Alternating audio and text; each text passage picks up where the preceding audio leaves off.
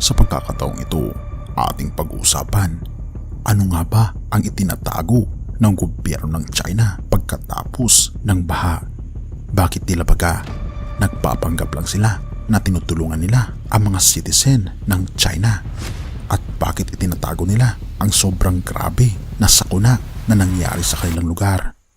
Ano nga ba ang misteryo na bumabalot ngayon sa China? At ano ang mga pagpapanggap nila na kumitil ng napakaraming buhay at sumira sa mga infrastruktura sa China? Atin itong pag-usapan, mga kaibigan. Kapansin-pansin sa video na ito ang grabing pinsala ng nakaraang baha sa China. Kapansin-pansin na halos lumubog ang buong syudad na ito na hindi inaasahan na mangyayari sa mahigit 140 years na mga taon. Dahil ngayon lamang nakaranas ulit ang China ng grabe na baha na katulad nito. Ating napag-usapan sa nakaraang ating content ang patungkol sa nangyayari sa bansang China. Sobrang nakagigimbal talaga ito at milyon na halaga ng infrastruktura ang nawasak dahil sa dilubyong ito.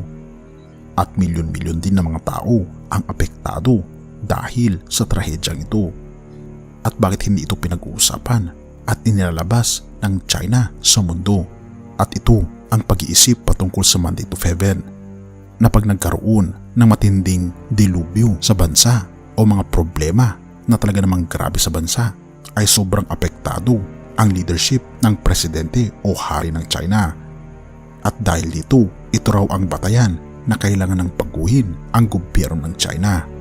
Kaya naman ang ginagawa ni President Xi Jinping kasama ng buong opisyal ng China ay nagpapanggap sila na ginagawa nila ang lahat dahil ayaw nila na sila ay mapalitan dahil na rin sa paniniwala ng mga Chinese patungkol sa mandate of heaven. At dahil dito, makikita natin mga kaibigan na naapektuhan nga talaga ang milyon ng mga tao sa China. At natatakot nga si President Xi Jinping na siya ay pagbuntungan ng galit ng mga citizen ng China. At dahil sa ito, ang pinakagrabe na flood sa loob ng 140 years, hindi talaga alam ni President Xi Jinping kung ano ang kanyang gagawin. At kung ating mapapansin mga kaibigan, imbes na mag-rescue ang China sa mga apektado ng dilubyong ito, kapansin-pansin mga kaibigan ang paglagay ng mga screen boards ng mga naka-orange na mga tao na ito na sila ay inutusan na i-block ang paningin sa damage o pinsala dahil sa dilubyo upang hindi ito makita ng mga tao. At makikita rin natin sa video na ito ang fake mga kaibigan na drainage system sa mga syudad.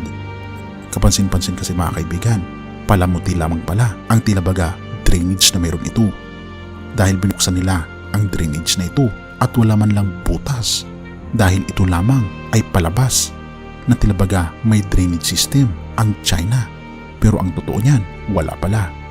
Isa pa ito, isang peking drainage na sobrang ikinagulat ng mga citizen ng China. Kaya naman hindi may pagkakaila na talaga namang babaha sa mga lugar na ito dahil wala naman talagang drainage. At inyong makikita mga kaibigan ang palabas na ito na nakalive pa na tila baga tinutulungan ng bansang China ang mga citizen mula sa baha para ipakita sa mundo na kamangha-mangha ang mga rescuers ng bansang China. Ngunit ito lamang ay isang palabas sapagkat alam ng mga Chinese people na sila ay pinaglalaruan lamang ng gobyerno.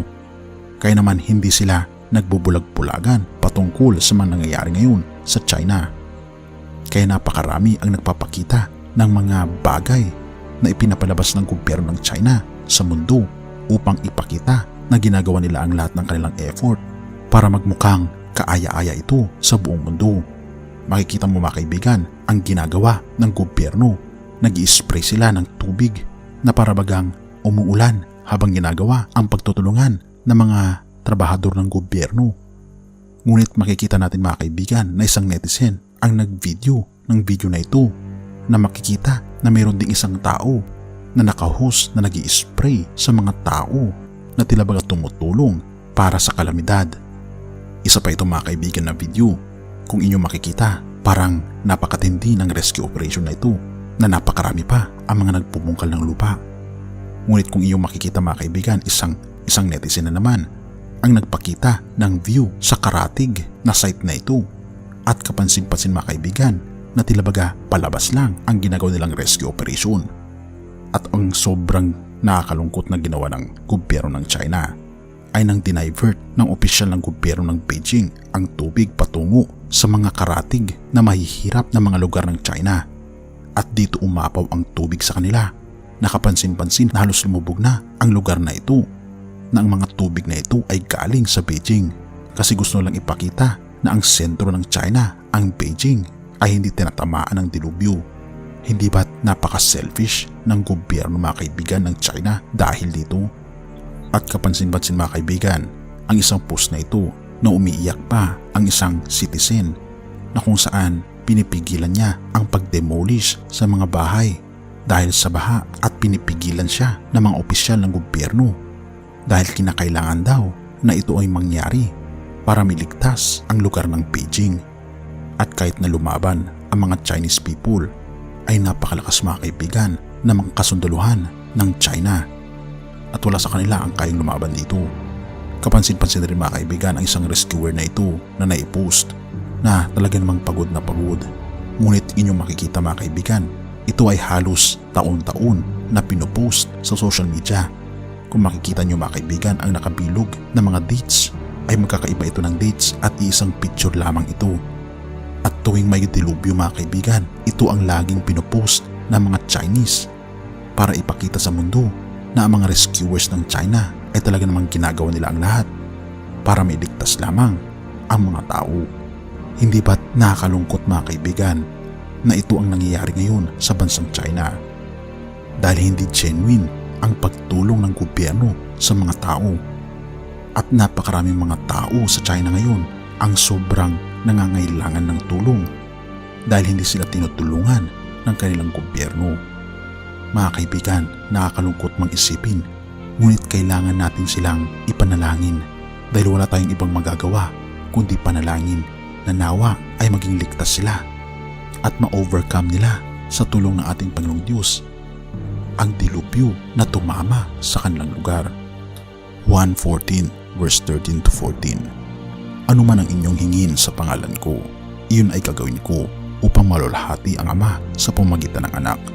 Kung hihing kayo ng anumang bagay sa aking pangalan, gagawin ko iyon. Mga kaibigan, ito ang pangako ng ating Panginoong Diyos para sa atin, na anuman ang hihilingin natin sa Kanya, lalong higit kung ito ay problema, ay bibigay niya ang solusyon dito. Kaya naman kung nakakaranas tayo ng mga bagyo ng buhay, ating hilingin ito kaagad sa ating Panginoong Diyos at bibigyan niya tayo ng solusyon para dito at 100% natutugunan niya ang ating mga pangangailangan. Purihin ang ating Panginoong Diyos at salamat kaibigan sa iyong panonood. Tayo manalangin. Ama naming banal, mga Panginoon naming Diyos, kami po'y lubos na nagpapasalamat sa inyo dahil kayo po ang Diyos na sobrang umiibig sa aming mga makasalanang mga anak po ninyo. Ngunit salamat Panginoon dahil pinapakinggan ninyo ang lahat ng aming daing. Dahil balot na balot kami Panginoon ng mga problema. Tulungan kami Panginoon, gabayan kami, ibigay sa amin Panginoon ang mga solusyon sa mga problemang ito. Lalong higit Panginoon, tulungan po ninyo ang mga kaibigan po namin na mga Chinese na sila Panginoon ay nalulugmok ngayon sa matinding dilubyo na sumapit sa kanilang lugar. Nawa Panginoon, gabayan niyo po sila. Ipakita Panginoon ang daan patungo sa aming Panginoong Jesucristo upang makita nila Panginoon ang solusyon sa kanilang mga problema. Nawa po'y gabayan rin Panginoon ang gobyerno dito na sila Panginoon ay magkaroon ng malinaw na pag-iisip na matulungan ang mga tao dito. Gayun din kami Panginoon ng mga anak po ninyo na nandito sa Pilipinas. Ibigay sa amin Panginoon ang lubos na kagalakan. Salamat Panginoon dahil ito ay matatagpuan po namin sa aming Panginoong Hesus lamang. Purihin ka o aming Panginoong Diyos at patawarin po kami sa lahat ng aming pagkukulang at pagkakasala, pagkat ito ay aming samot hiling sa matamis na pangalan ng aming Panginoong Hesus. Amen.